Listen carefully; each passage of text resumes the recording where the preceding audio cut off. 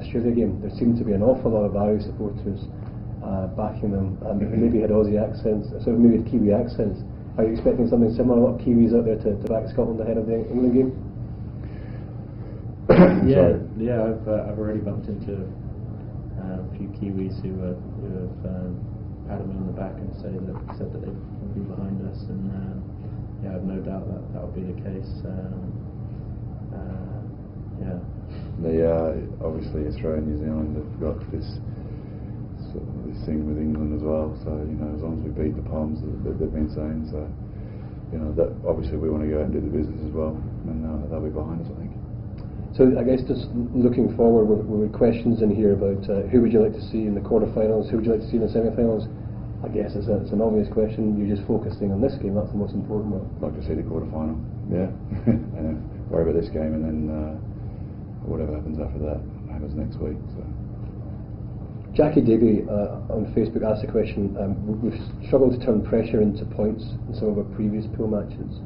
Why do you think that's been? I guess there's a series of factors. But I think we've touched on it.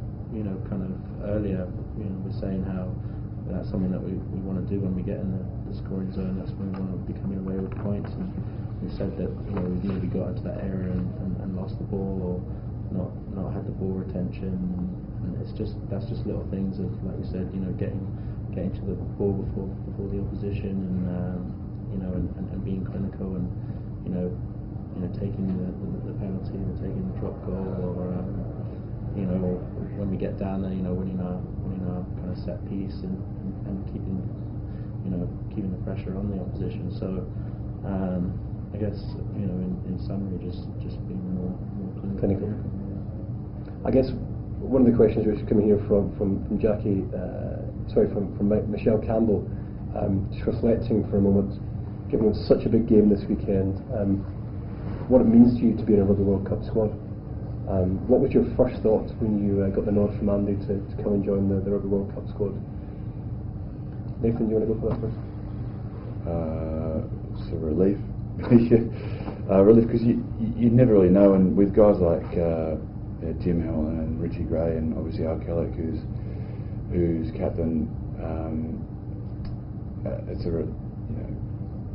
I was proud and relieved to be named, and 3 World Cups, and this is my 3rd one, so it was just a good chance to play in a great tournament and go away with guys like Max and the rest of the guys, and try and enjoy the tournament, win a few games, and see how far we can get. So so obviously the excitement would be there as well. And Max, for you? Given like for myself, it's first World Cup, huge excitement. When I got the call, something I've been thinking of, almost since there was even the remote possibility of making this World Cup. So just a great feeling. For a lot of players, this is kind of the pinnacle of professional rugby, and just kind of a great honour to be a part of something like this. And I was actually, having been a rugby fan all my life, and watching kind of Rugby World Cups, and just even seeing the kind of Rugby World Cup logo on shirts. So I couldn't wait to kind of have that kind of mark on the shirt I was playing in. So just a great feeling. It's a really special tournament, and I think we've got a really special squad of players, and there's a huge togetherness, fun around that camp, and previous live streamings. Some of the, I won't say who it was, but some of the people who have been sitting in these chairs have said that, Wagga, you're probably one of the biggest characters. You and Dan are amongst the biggest characters in the squad. Max, is that fair comment? Yeah. Both love a prank, and I guess Wagga definitely loves winding people up. So maybe in a good way. Maybe I get bored quicker than everyone else, and I've got to make my own fun, which means trying to wind other people up, playing jokes on them and stuff. But I think that just. I think it's a good thing. You're in camp for a long time, and if you're not trying to make fun, then it could get pretty dull. Well, for me, it does anyway. All this rugby just gets me down. He's also in charge of. He's the head of the fining committee, so he's also enforcing fines to people who are slipping up. So he's sometimes not the most favourable person in the camp. Enforcer on, enforcer off. No, I've let that slip a little bit actually. But most of the guys have been good with it. Obviously they're going to get fined for being late to the meeting. But the guys are really good, so there's not been many fines to be handed out, to be fair. Well, it's just gone 9 o'clock, and our press conference is currently underway next door, where Andy's naming the team. I'm delighted to be joined by Gregor Townsend, the Scotland attack coach. Gregor, welcome. Good morning. Good morning. Come and join, boys. So Gregor, busy morning today. We've got a press conference. Andy's taking the media through who the team is. Do you want to talk us through the team? Yes. I remember off the top of my head. Okay. So starting from number 1, loosehead prop is Alan Jacobson. Hooker Ross Ford. Tight head prop Ewan Murray comes back in the team.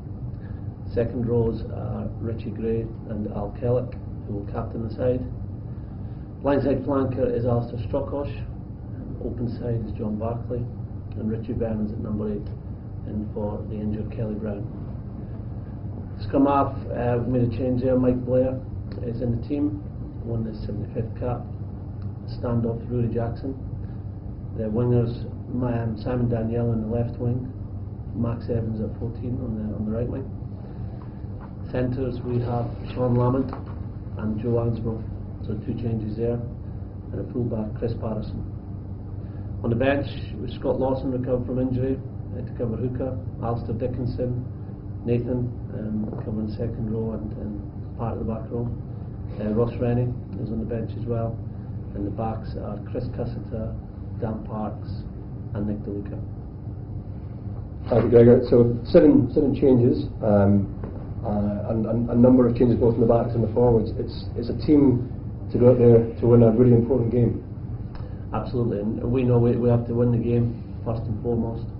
If we can get to more than 7 points, then that puts us in a really strong position to get through to the quarterfinals. So it's a team to create a bit of chaos at the weekend and really get stuck into the English. There's lots of permutations depending on which way it goes, but I guess the focus is solely on winning the game. Yes, if we get a losing bonus point, then we still have a mathematical chance of getting through, but I think that's highly unlikely given the way Argentina are playing. So we have to go out there, win the game, and if we're leading at a certain time as the game progresses, then we can see about pushing to try and get more than 7 points. But we know it's going to be a huge challenge to beat England, who are obviously undefeated and are playing very well just now. And I thought for Al Kellick, Al comes back into the team as captain. He sat out the last game, and it's another opportunity for him to lead the side. It is, and Al's been a fantastic leader. He was great last week when he was dropped out of the side and responded well and really encouraged the team. It shows you the strength and depth we have and the competition at second row, because Jim and Richie played very well against Argentina, and I just like to say I thought that the team played well. The effort they put in tactically, they made the right decisions, and it's just a lapse in concentration really that cost us the game.